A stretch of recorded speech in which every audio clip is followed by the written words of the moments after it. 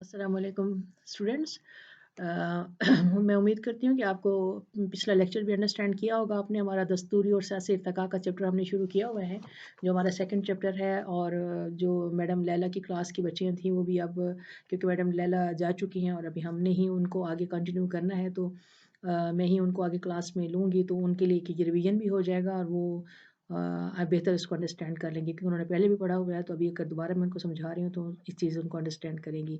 دوسرا یہ ہے کہ آپ تمام سے دوبارہ کہہ رہی ہوں کہ چینل کو سبسکرائب کا جو بٹن ہے اس کو پش کریں, دبا دیجیے گا تاکہ آپ کے پاس میری ویڈیوز جو ہیں وہ ڈائریکٹ آئیں اور آپ کے مس کرنے کے چانسز کم سے کم ہو جائیں. دوسرا یہ ہے کہ جو آپ نے کویسچنز اور کمنٹس جو ہیں وہ کیے ہیں وہ انشاءاللہ ابھی نیکسٹ جو لیکچرز آ رہے ہیں ان میں ان کا آنسر آپ کو کر دوں گی.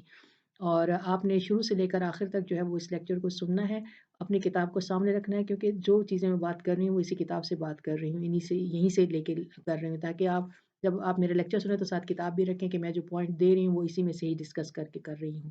ٹھیک ہے, اگرچہ میں ورڈ ٹو ورڈ نہیں کر رہی کیونکہ کلاس میں ورڈ ٹو ورڈ پڑھنا اور ہوتا ہے, ریکارڈ کے اوپر ہر چیز ورڈ ٹو ورڈ نہیں ہو سکتی, لیکن میں اس کا جو ایک آپ کو تھیم ہے جو کرکس ہے وہ میں آپ کو سمجھا رہی ہوں تاکہ آپ کی کوئی چیز مس نہ ہو اور آپ جب پڑھیں گے تو آپ کو آسان لگے گا کہ بجائے یہ کہ آپ کو مشکل لگے. ہاں اس کے باوجود اگر کوئی پوائنٹ آپ کو مشکل لگتا ہے تو اس لیے میں آپ سے کہہ رہی ہوں کہ آپ ان دا اینڈ جو ہے پبلک کمنٹس کے اندر مجھے وہ کمنٹس ڈالیں تاکہ میں آپ کو اس کا رسپونڈ کروں اور آپ کو مزید اس کی آپ کی جو ڈیفیشنسی ہے اس کو پورا کیا جا سکے.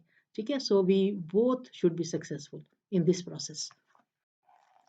جی, ہم نے پچھلے لیکچر میں بات کی تھی پہلی رپورٹ تو رد کر دی گئی یہ کہہ کر کہ جی مشرق پاکستان نے کہا کہ آپ نے ہماری اکثریت کی اور ہماری اقلیت میں بدل دی ہے.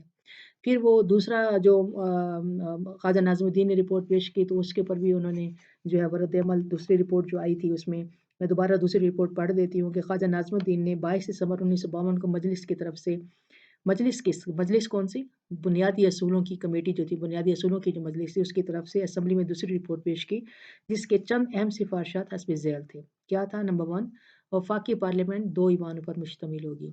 پہلی رپورٹ میں بھی 2 ایوان تھے, اس میں بھی 2 ایوان ہیں. اچھا, ایک بات یاد رکھیے گا, جب بھی آپ کوئی چیز سملر لیتے ہیں نا لے کے, جیسے پہلی رپورٹ آئی ہے, پھر دوسری رپورٹ آئی ہے, پھر تیسری رپورٹ آئی ہے, اب آپ نے کیا کرنا ہے, پیپر لینا ہے, آپ نے پہلی رپورٹ کی سفارشات لکھ دیں. نمبر 1, وفاقی پارلیمنٹ مقننہ 2 ایوانی. ادھر کون سی مقننہ وفاقی مقننہ کے 2 ایوان تھے یا ایک تھے؟ ادھر بھی 2 ایوانی. پھر تیسری رپورٹ میں کیا کہا گیا تھا؟ ادھر بھی 2 ایوانی. اچھا, پھر دوسرا پہلا تینوں کو کمپیریزن آپ نے بنانا ہے. اس میں یہ ہوگا کہ آپ کا کنسیپٹ کلیئر ہو جائے گا کہ پہلی جو رپورٹ تھی اس میں مقننہ 2 ایوانی تھی اور اس میں پھر اس کے ممبرس کی تعداد کتنی تھی, ہر صوبے کو کتنے ممبرس دیے گئے تھے. اس میں 60 دیے گئے, اس میں 60 دیے گئے, اس میں آبادی کے حساب سے دیے گئے. تو اس طرح ایک جو ہے نا آپ کے پاس سامنے نقشہ بن جائے گا پیپر کے اوپر. پھر وہ آپ کبھی بھی نہیں بھولیں گے, جب آپ پیپر لکھنے بیٹھیں گی تو آپ آرام سے اس کو ایکسپلین کر لیں گی اور جب آپ پڑھیں گے تب بھی آپ کے لیے آسانی ہو جائے گی. ابھی میں یہاں بات کر رہی ہوں تو آپ کو چیزیں مکس ہو رہی ہوں گی, لیکن اگر آپ once you will write on the paper ایک کمپیریزن تیار کریں گی تو اس میں آسانی ہو جائے گی آپ کو اس کو یاد کرنے میں. کانسٹیٹیوشنس کو کبھی بھی اسٹڈی کرنے میں ایک بیسٹ وے ہوتا ہے جو میں نے بھی کیا تھا جب I was student political science, تو کہ کانسٹیٹیوشنس کو ہمیشہ آپ کمپیریزن میں تیار کریں تو آپ کو چیزیں جو ہے نا پکچرس کلیئر ہو جاتی ہیں. تو دوسری رپورٹ کی میں بات کر رہی تھی خواجہ ناظم الدین نے. کس نے پیش کی؟ خواجہ ناظم الدین نے 22 دسمبر 1952 کو دوسری رپورٹ پیش کی جس میں وفاقی پارلیمنٹ 2 ایوانوں پر مشتمل رکھی گئی. ایوان بالا جو تمام صوبوں کا نمائندہ تھا ایوان تھا, اس کو 120 ارکان پر مشتمل کر دیا گیا. وہ پرانے والا جو آبجیکشن تھا تو 60 انہوں نے مشرقی پاکستان کو دیا اور 60 مغربی پاکستان کو نشستیں دے دی.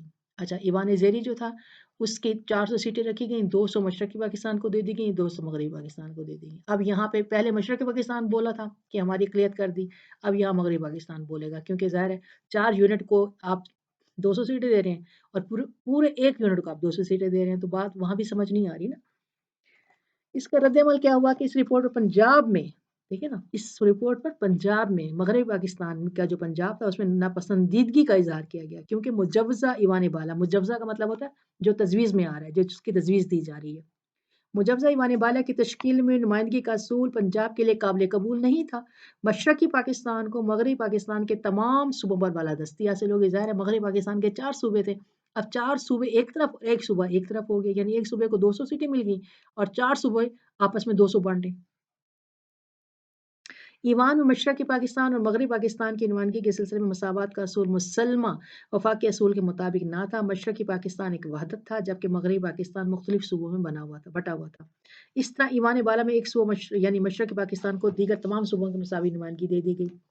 اب بحران آ گیا، بحران مطلب ان کرائسس بن گیا، یعنی کوئی حل نظر نہیں آ رہا۔ ایک طرف وہ کرتے ہیں تو ادھر وہ بولتے ہیں، ادھر کرتے ہیں تو وہ بولتے ہیں، تو یعنی ایک ڈیڈ لاک کی صورتحال کرتے، بحران آ گیا۔ اس دوران علاقائیت اور صوبائیت پرستی کے جذبات کو سیاستدانوں نے خوب ابھارا۔ مسلم لیگ ہی ایک ایسی جماعت ہے جو پورے ملک میں منظم تھی اور وہی تمام علاقوں میں ایک اتحادی قوت کی حیثیت سے کام کر سکتی تھی، لیکن اس دوران ملکی سیاست پر اس کی گرفت بھی کمزور پڑ گئی اور مختلف دھڑوں میں بٹ چکی تھی۔ مسلم لیگ کے مختلف دھڑے بھی علاقائیت پرستی کا شکار ہو چکے تھے۔ چنانچہ دوسری رپورٹ کا بھی وہی اشر ہوا جو پہلی رپورٹ کا ہوا تھا۔ اسمبلی میں اس پر بحث کو غیر معینہ مدت کے لیے ملتوی کر دی گیا۔ 16 اپریل 1953 کو گورنر جنرل غلام محمد نے خواجہ ناصر الدین کی کابینہ کو برطرف کر کے محمد علی بوگرا کو وزیر اعظم نامزد کر دیا۔ جناب محمد علی بوگرا اس سے پہلے امریکہ کے سفیر تھے، امریکہ میں پاکستان کے سفیر تھے، لہٰذا دستور سازی میں رہنمائی کا فریضہ جناب محمد علی بوگرا پر عائد ہو گیا۔ اب محمد علی بوگرا نئے وزیر اعظم آ گئے۔ محمد علی بوگرا نے ایک فارمولہ دیا کہ اس طرح سے آئین بنایا جائے، تو اس کو محمد علی بوگرا فارمولہ کے نام سے یاد کیا گیا، یہاں لکھا گیا۔ نمائندگی کے مسئلے نے دستور سازی کے سلسلے میں رخنہ ڈال رکھا تھا، یعنی نمائندگی کا مسئلہ، صوبوں کو کتنی نمائندگی دی جائے، اس مسئلے نے پہلی رپورٹ کو بھی رد کروا دیا، دوسری رپورٹ کو بھی رد کروا دیا۔ اسے دور کرنے کے لیے 7 اکتوبر 1953 کو جناب محمد علی بوگرا نے ایک فارمولہ پیش کیا۔ نئے فارمولے کے روح سے دونوں صوبوں کی نمائندگی کا مسئلہ کافی حد تک قابل قبول ہو گیا۔ اس فارمولے کا خیر مقدم کیا گیا اور دستور سازی کے کام کا ایک دفعہ پھر آغاز ہو گیا۔ پنجاب اور بنگال کے اراکین اسمبلی نے بھی سمجھوتے کے طور پر اسے قبول کر لیا۔ محمد علی فارمولہ کے مطابق مرکزی مجلس قانون سازی کے 2 ایوان تجویز کیے گئے۔ یہاں بھی 2 ایوان آ رہے ہیں، چلیں دیکھیں آگے کیا ہوتا ہے۔ دونوں ایوانوں کے اختیارات مساوی رکھے گئے، برابر رکھے گئے۔ فارمولے کے مطابق ایوان بالا کے ارکان کی تعداد 50 تجویز کی گئی، جس میں سے 10 نشستیں پنجاب اور 10 مشرقی پاکستان کے لیے مخصوص ہونا تھی۔ باقی مادہ 30 نشستوں کی تقسیم کے لیے مغربی پاکستان کو 3 مساوی حلقوں میں تقسیم ہونا تھا۔ ایوان زیر 100 ارکان پر مشتمل ہونا تھا۔ مشرقی اور مغربی پاکستان کو اس ایوان میں مساوی نمائندگی دی گئی تھی۔ شرعی نقطہ نظر سے مرکزی قانون کی حیثیت کو جانچنے کا اختیار علماء کے بورڈ کے بجائے سپریم کورٹ کا حاصل ہو گیا۔ 21 ستمبر 1954 کو بنیادی اصولوں کی کمیٹی کی رپورٹ کو اسمبلی نے چند ترامیم کے ساتھ منظور کر لیا۔ اس طرح دستور کا یہ حتمی مسودہ تیار ہو گیا اور اسمبلی کا کام پایہ تکمیل کو پہنچ گیا، یعنی دستور کا کام کسی حد تک محمد علی بوگرا فارمولے کے بعد کسی حد تک مکمل ہوا۔ 21 ستمبر 1954 کی بات کر رہی ہوں، 54 میں کسی حد تک اس رپورٹ کو تسلیم کر لیا گیا۔ اب ہوا کیا کہ اس موقع پر جب یہ کام ختم ہوا، اس موقع پر گورنر جنرل محمد غلام محمد نے 24 اکتوبر 1954 کو اسمبلی کو ہی منسوخ کر دیا۔ اسمبلی ختم ہو گئی، برخاست ہو گئی۔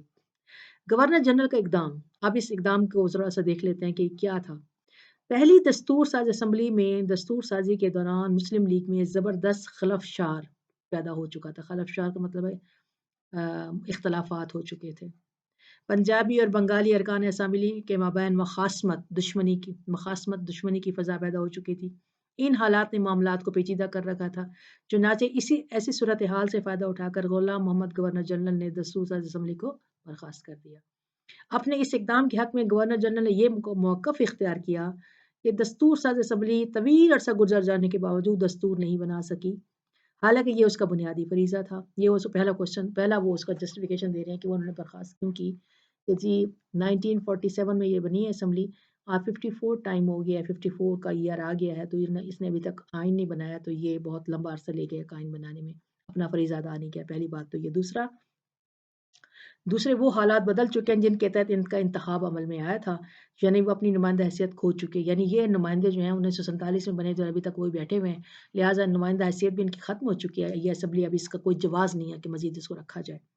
در حقیقت دستور کا خاکہ مرتب ہو چکا تھا اور وزیر اعظم محمد علی بوگرا نے اس نفاذ کے لیے 25 دسمبر 1954 کی تاریخ کا بھی اعلان کر دیا تھا، لیکن گورنر جنرل نے چند مخصوص وجوہات کی بنا پر اسمبلی کو توڑنے کا اعلان کر کے جمہوریت پر ایسی کاری ضرب لگائی جس کا خمیازہ قوم کو ایک طویل عرصے تک بھگتنا پڑا۔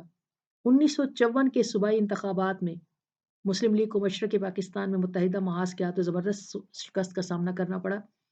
متحدہ محاذ ایک پارٹی تھی، مسلم لیگ مشرقی پاکستان میں جب الیکشن ہوئے ہیں صوبے کی سطح پر، تو مسلم لیگ کو شکست ہو گئی، متحدہ محاذ جیت گیا، جس سے مسلم لیگ کی نمائندہ حیثیت مشکوک ہو گئی۔ مسلم لیگ کو 310 میں سے صرف 10 نشستیں حاصل ہوئی، یعنی مشرقی پاکستان کی 310 میں سے صرف 10 نشستیں جو ہیں وہ مسلم لیگ حاصل کر سکی مشرقی پاکستان کی صوبائی اسمبلی 1954 کے جو الیکشن ہوئے ہیں، جبکہ متحدہ محاذ نے 233 نشستیں حاصل کر لیں۔ انتخابی نتائج کے بنا پر اے فضل الحق وزیر اعلیٰ بنے، جبکہ حسین شہید سہروردی مرکزی اسمبلی میں متحدہ محاذ کے قائد مقرر ہوئے۔ متحدہ محاذ کی فتح بھی اسمبلی کو توڑنے کے مطالبے کی شدت میں اضافے کا باعث بنی۔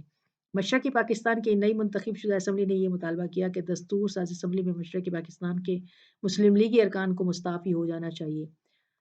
ادھر گورنر جنرل پہلی اسمبلی کے متذکرہ اقدامات کے باعث اسمبلی کے خلاف ہو چکے تھے، لہٰذا گورنر جنرل نے 24 اکتوبر کو اسمبلی کو برخاست کرنے کا اعلان کر دیا اور محمد علی کی وزارت عظمیٰ کے تحت نئی کابینہ کی تشکیل بھی کر دی۔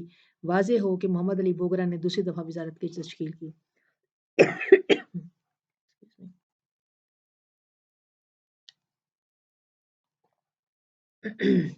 اچھا جی، اسمبلی برخاست ہو گئی، اسمبلی برخاست ہو جاتی ہے، کابینہ ختم ہو جاتی ہے، کابینہ ختم ہوتی ہے، پھر نئی کابینہ بنتی ہے، نئی کابینہ بنی، نئی کابینہ میں 2 نئے وزراء کا اضافہ قابل ذکر ہے۔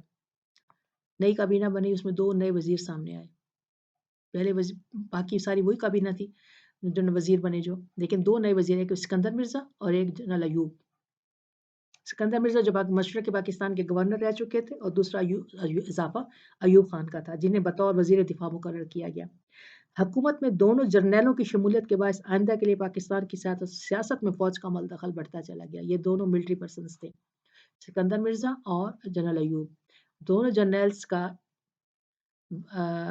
کابینہ کے اندر، سیاست کے اندر آنے کا مطلب یہ تھا کہ اب آنے والا وقت جو آگے آئے گا، یہ اس وقت کی بات میں کہا نہیں 54 کی، تو فوج کا عمل دخل جو ہے، فوج کی مداخلت جو ہے، فوج کی ایکٹیویٹی جو ہے سیاست کے اندر، حکومت کے اندر بڑھ جائے گی۔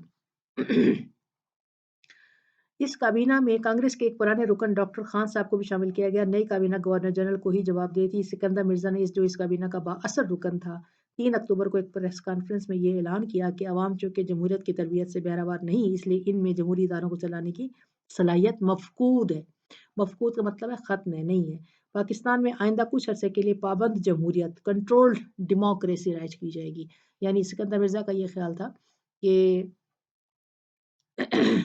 عوام جو ہیں پاکستان کے، وہ سیاست سے بہرہ ور نہیں ہے، لہٰذا ان کو کنٹرول ڈیموکریسی کے تحت جو ہے وہ چلایا جائے، یعنی ان کو کھلی جمہوریت نہیں دینی چاہیے، ان کو کچھ کنٹرول جو ہے وہ دینی چاہیے، جمہوریت دینی چاہیے۔ یعنی یہ وہ لوگ ہیں جنہوں نے پاکستان بنایا تھا اور ابھی سیاست سے بہرہ ور نہیں تھے ہیں، یہ بات کی جا رہی ہے اسکندر مرزا کی طرف سے، جو کہ نئے رکن بنے تھے اس وقت۔ پھر آئینی تنازع ہوا کہ کانسٹیٹیوشنل ایک ڈسپیوٹ کھڑا ہو گیا۔ مولوی تمیز الدین نے جو برخاست شدہ اسمبلی کے اسپیکر تھے، آپ کو پتہ نا کہ قائد اعظم محمد علی جناح کے بعد مولوی تمیز الدین کو اسپیکر بنایا گیا تھا، تو مولوی تمیز الدین اسپیکر بنے، تو لیکن جب گورنر جنرل نے اسمبلی برخاست کر دی تو مولوی تمیز الدین نے کیس کورٹ میں فائل کر دیا اسمبلی کی برخاستگی کے خلاف۔ گورنر جنرل کے دونوں اقدامات، یعنی اسمبلی کی برخاستگی اور کابینہ کی تشکیل کی آئینی حیثیت کو سندھ ہائی کورٹ میں مولوی تمیز الدین صاحب نے جو ہے وہ چیلنج کر دیا۔ عدالت کے فل بینچ نے مولوی تمیز الدین کے موقف کو درست تسلیم کر لیا کہ گورنر جنرل کو آئینی طور پر اسمبلی برخاست کرنے کا حق حاصل نہیں۔ حکومت نے سندھ کے کورٹ کے فیصلے کے خلاف، اب حکومت نے کیا کیا، وہ فیڈرل کورٹ اسلام آباد میں وہ ٹاپ عدالت میں چلے گئے، جس میں 21 مارچ 1955 کو 4 بمقابلہ 1 ووٹ کی اکثریت سے حکومت اقدام کو درست قرار دیا اور مولوی تمیز الدین کے موقف کو مسترد کر کے ماتحت عدالت کے فیصلے کو کالعدم قرار دے دیا گیا۔ یعنی سندھ ہائی کورٹ کے فیصلے کو کالعدم قرار دے کر، ختم کر کے، بڑی عدالت نے یہ فیصلہ دیا کہ جی گورنر جنرل غلام محمد کا جو اقدام تھا وہ ٹھیک تھا۔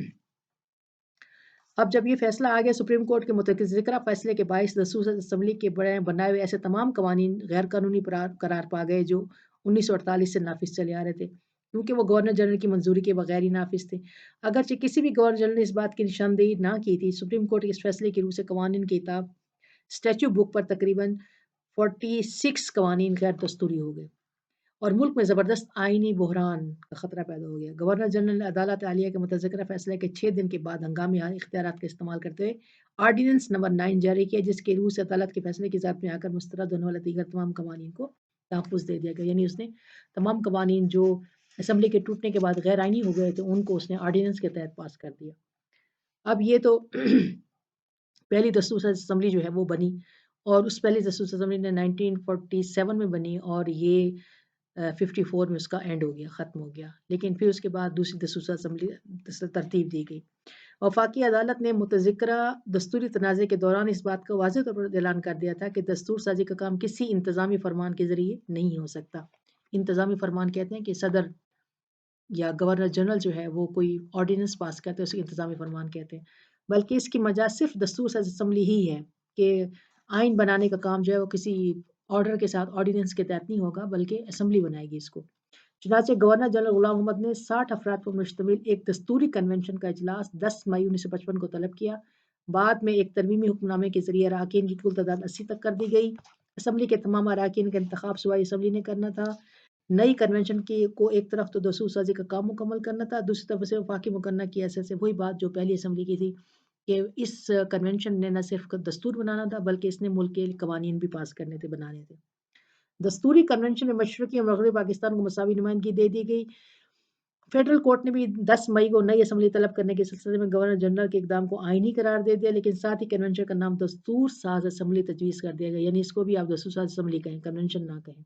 کنونشن کے لیے صوبائی اسمبلی نے اراکین کا انتخاب کیا۔ مشرقی پاکستان کے اسمبلی کے انتخابات میں چونکہ مسلم لیگ کو زبردست شکست ہو چکی تھی اور 309 کے ایوان میں سے صرف 10 اراکین جو مشرقی پاکستان سے مسلم لیگ نے جیتے تھے، اس لیے مسلم لیگ کو اس صوبے سے مرکزی اسمبلی کے لیے صرف ایک نشست مل سکی۔ مغربی پاکستان میں مسلم لیگ کو اگرچہ کافی نشستیں حاصل ہوئیں، لیکن مرکزی اسمبلی میں مسلم لیگ کو واضح اکثریت حاصل نہ ہو سکی۔ 80 اراکین پر مشتمل ایوان میں صرف 25 کا تعلق مسلم لیگ سے تھا۔ اس کے باوجود مسلم لیگ اسمبلی میں سب سے بڑی جماعت سمجھی جا رہی تھی۔ مسلم لیگ نے متحدہ محاذ سے مل کر چودھری محمد علی کی قیادت میں مخلوط حکومت کی تشکیل کی۔ مخلوط کا مطلب ہوتا ہے جوائنٹ، تمام پارٹیز نے مل کر حکومت بنائی۔ اس کے بعد جی قیام وحدت مغربی پاکستان کا عمل آیا کہ جی دوسری دستور اسمبلی کے کا ایک قابل ذکر اقدام قیام وحدت مغربی پاکستان ہے۔ مغربی پاکستان کے وہ کہتے تھے نا کہ جی مشرقی پاکستان والے کہتے تھے کہ ہماری آبادی زیادہ ہے، ہمیں زیادہ سیٹیں دیں۔ مغربی پاکستان والے کہتے تھے ہماری یونٹ زیادہ ہے، ہمیں زیادہ سیٹیں دیں۔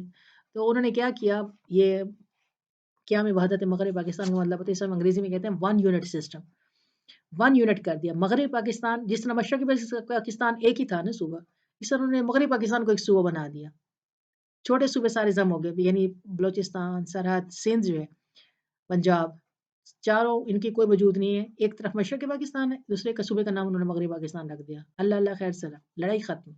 کوئی یہ نہ کہے کہ مجھے تھوڑے مل رہے ہیں، میرا ایک یونٹ ہے، مجھے میری آبادی زیادہ، مجھے زیادہ ملنی چاہیے، وہ کہتے ہیں ہمارے یونٹ زیادہ، میں زیادہ ملنی چاہیے۔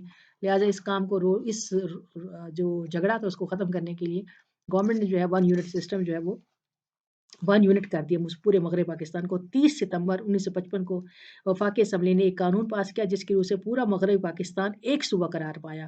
مغربی پاکستان کی وحدت کے باعث وفاقی مقننہ میں نمائندگی کا مسئلہ آسان ہو گیا کہ اب آپ جی 2 صوبے ہیں جی پاکستان کے، ایک مشرقی پاکستان، ایک مغربی پاکستان، اب آدھے آدھے بانٹ لیں، بس ختم، اللہ اللہ خیر۔ باقی چھوٹے صوبے اندر کیا کرتے ہیں کیا نہیں کرتے اس کا کوئی وہ نہیں تھا۔ واضح رہے اس سے قبل قیام وحدت مغربی پاکستان کا اعلان وزیر اعظم محمد علی نے 23 نومبر 1954 کو کیا تھا، جس کے بعد گورنر جنرل کے حکم سے مغربی پاکستان کے انتظام کے لیے ایک کونسل کی تشکیل کی گئی۔ گورنر جنرل نے ایک ہنگامی حکم کے نامے کے ذریعے قیام وحدت کا اعلان کیا، قیام وحدت مغربی پاکستان کا اعلان کیا، اور نئے صوبے کے لیے ایک وزیر اعلیٰ کا تقرر کر دیا گیا۔ چنانچہ حالانکہ وزیر اعلیٰ کا تقرر صوبے کی مجلس قانون ساز کو کرنا چاہیے تھا، انتظامی فرمان کے ذریعے اس قسم کے اہم سیاسی مسئلے کو حل کرنے کے اقدام کو پسندیدہ نہ سمجھا گیا۔ بلا شبہ وحدت قیام کا ایک مناسب اقدام تھا کہ مغربی پاکستان کو اکٹھے کرنے کا کام جو تھا وہ ایک اچھا تھا، لیکن جس طرح سے کیا گیا وہ صحیح نہیں تھا۔ لہٰذا نیا آئین بن گیا جی پاکستان کا۔ دوسری دستور اسمبلی کے سامنے سب سے بڑا اور فوری توجہ کا مسئلہ جو تھا وہ آئین کی تیاری تھا، اور یہ آئین 9 جنوری 1956 کو دستور ساز اسمبلی میں آئینی مسودے کو مکمل کر کے پیش کیا، جسے بعض ترامیم کے ساتھ 29 جنوری 1956 کو 1956 کو آپ کا پاکستان کا پہلا آئین منظور ہوا۔ گورنر جنرل نے 2 مارچ کو نئے آئین کی منظوری دی اور نیا آئین 23 مارچ کو ملک میں نافذ کر دیا گیا، جس کی وجہ سے پاکستان کا نام اسلامی جمہوریہ پاکستان قرار پایا۔ یہ پاکستان کی آئین بنانے کی ہسٹری ہے۔ اب آپ نے کیا کرنا ہے، آپ نے پہلے آپ نے ایک پیپر لینا ہے، آپ نے اس پہ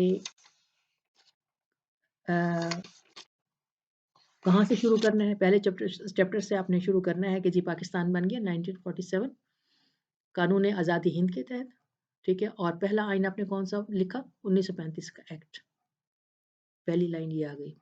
پھر آپ نے لکھنا ہے پروڈو کو میرا خیال نہیں اس کے اندر یہ آنا چاہیے تھا، یہ اننیسیسری سائٹ اس کے اندر انہوں نے ڈال دی ہے۔ پھر پہلا آئے گا پہلی دستور ساز اسمبلی، پہلی دستور ساز اسمبلی کب بنی اور اس کی پہلی سفارشات کیا تھی، اور اس کے بعد جو ہے وہ ڈیزالو کب ہوئی، ٹھیک ہے۔ پھر آپ کا آ جائے گا پہلی دستور ساز اسمبلی کے قیام کے بعد پروسیس شروع ہوا تو بیسک بنیادی اصولوں کی کمیٹی پہلی جو ہے وہ بنی، بنیادی اصولوں کی کمیٹی بنی، اس نے آگے 3 ذیلی کمیٹیاں بنائیں، اور پہلی بنیادی اصولوں کی کمیٹی نے پہلی رپورٹ جب مرتب کی ہے تو وہ کیا مرتب کی تھی اور کب دی اس نے۔ پھر اس کے بعد وہ اسمبلی جو پھر دوسری دستور اسمبلی بنی، وہ اسمبلی ختم ہو گئی، پھر دوسری رپورٹ آ گئی، دوسری رپورٹ کے بعد محمد علی بوگرا فارمولہ آتا ہے، پھر گورنر جنرل کا اقدام آ گیا جس میں اسمبلی ختم کر دی، اس کے بعد پھر دوسری دستور اسمبلی بنتی ہے، دوسری دستور اسمبلی کے بننے کے ساتھ ہی آئینی بحران سامنے آتا ہے، پھر کیا میں وحدت پاکستان مغربی پاکستان 1 یونٹ جو ہے مغربی پاکستان کو 1 یونٹ کر دیا گیا تھا، یہ آتا ہے، اور اس کے بعد پاکستان کا پہلا آئین 1956 میں جو ہے وہ سامنے آتا ہوا نظر آتا ہے۔ تو ایک موٹی موٹی جو ہیڈنگز کے ساتھ نا آپ پہلے پورا پروسیس لکھ لیں، پھر ہر پروسیس کو الگ سے انڈرسٹینڈ کریں، اور پھر کمپیریزن بنائیں گی آپ ان رپورٹس کا جو رپورٹس آئی ہیں، تاکہ آپ کو پتہ چلے کہ آئین کس طرح سے ترتیب پاتا گیا، پہلے کیا کہا گیا، پھر کیا کہا گیا، پھر کیا کہا گیا، اور اس کے بعد پھر اس مسئلے کو آخر میں 1 یونٹ کر کے ہی اس کو حل کیا گیا کہ جی مغرب پاکستان نمائندگی کا مسئلہ، کیونکہ دونوں صوبہ آپس میں لڑتے تھے، تو اس وجہ سے دونوں کا اس کا حل یہی تھا کہ ان کو جو ہے وہ 1 یونٹ کر دیا جائے تاکہ وہ نمائندگی والا مسئلہ جو ہے وہ ختم ہو جائے، باقی چیزیں جو ہے اس طرح سے ترتیب پا جائیں گی۔ اب یہ سارا جو ہے وہ آپ کا سیاسی اور دستوری جو ہے وہ ارتقا تھا۔ اس کے مسائل دیکھیں گے ہم کہ ویسے تو ہم نے چیزیں ڈسکس کر لی ہیں، نظر آ رہا ہے ہمیں کہ کہاں پہ ہمیں پرابلم آئی ہے کہ ہم اتنا لمبا عرصہ جو ہے 1947 سے 1956 تک کتنے سال ہم نے پاکستان کے آئین کو بنانے میں لگا دیے۔ تو اس کی وجوہات جو ہیں وہ آگے ہم چل کے دیکھیں گے، نیکسٹ جو ہمارا لیکچر ہوگا وہ اسی پہ ہوگا کہ پاکستان میں آئین کے میں تاخیر کے کیا وجوہات تھیں، تاخیر کیوں ہوئی دستور سازی میں، یہ ہمارا نیکسٹ لیکچر کا ٹاپک ہوگا۔ اور میں امید کرتی ہوں کہ آپ کو یہ لیکچر بھی آپ کتاب رکھ کے بیٹھیں گی سامنے، چیزیں سمجھ میں آئیں گی، جس طرح میں نے آپ کو پوائنٹس دی ہیں آپ اس طرح سے پوائنٹس لکھیں گے، اس کو انڈرسٹینڈ کریں گی۔ اگر پھر بھی کوئی بات سمجھ میں نہیں آتی جو کتاب میں لکھی اور آپ کو سمجھ میں نہیں آ رہی ہے تو پھر آپ اسے کمنٹس کے سیکشن میں دوبارہ جا کر، میں آپ کو دوبارہ بات کریں، کمنٹس کے سیکشن میں جائیں اور وہاں جا کر اس کو لکھیں، اور اس کمنٹس کو پھر میں انشاءاللہ آپ کو رسپونڈ کر دوں گی اور ٹیکسٹ کر دوں گی، یا آپ کو نیکسٹ لیکچر میں جب بات کروں گی تو پہلے میں ان کو رسپونڈ کروں گی۔ چینل کو سبسکرائب کر لیجئے تاکہ کوئی لیکچر میرا آپ کا مس نہ ہو، اور آپ نے شروع سے لے کے آخر تک سننا ہے۔ آپ کے لیے فلیکسیبلٹی لیکچر کی اتنی ہی ہے کہ آپ اس ڈے کے اندر کسی بھی ٹائم سن لیں، یہ نہیں ہے کہ ایک لیکچر کو پہلے لیکچر کو آپ نے دوسرے دن لگ جا کے سننا ہے، کیونکہ اس سے پھر یہ ہوگا کہ آپ کو نیکسٹ لیکچر بھی سمجھ میں نہیں آئے گا، اور آپ کا جو کمنٹس دینے والا جو ٹائم ہے وہ بھی آپ کا لیپس ہو جائے گا، کیونکہ آپ جب کمنٹ دیتے ہیں تو آپ کا ٹائم آ جاتا ہے کہ آپ نے کس ڈے پہ کمنٹ دیا، تو مجھے ہر روز کے کمنٹ چاہیے آپ لوگوں کے، 2 سے 3 کمنٹ ہر بندے نے مجھے کمنٹس دینے ہیں ایڈ پبلک کمنٹ کے اندر جا کر، ٹھیک ہے گرلز؟ اچھی طریقے سے اس کو انڈرسٹینڈ کیجیے گا، اور اس کے اوپر بھی کمنٹ کیجیے گا کہ آپ کو ریکارڈنگ لیکچر جو ہے وہ آپ کے لیے سوٹیبل ہے یا ادر مینس یوز کیے جائیں فار گیونگ دا لیکچرز، ٹھیک ہے؟ تھینک یو ویری مچ، اللہ حافظ۔